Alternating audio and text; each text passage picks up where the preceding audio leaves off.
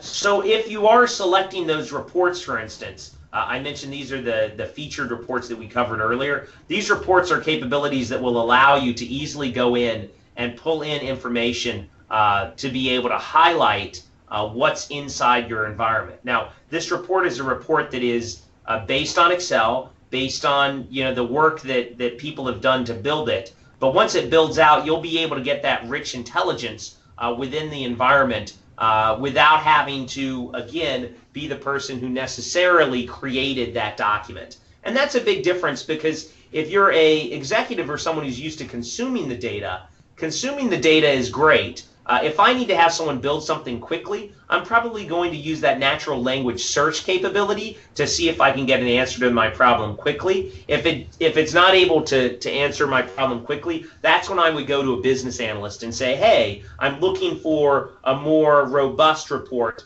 Let's say this tweet report. The natural language capability is going to be able to give me some of this information, but it's not going to build out a report that gives me this color coding and the ability to look inside each one very granularly. That's something that someone would need to actually configure to build. But this ability to go through and look through at specific times and go through it is something that a business analyst might build for me using Power View in Excel, and then upload it to the Power BI site for me to be able to consume.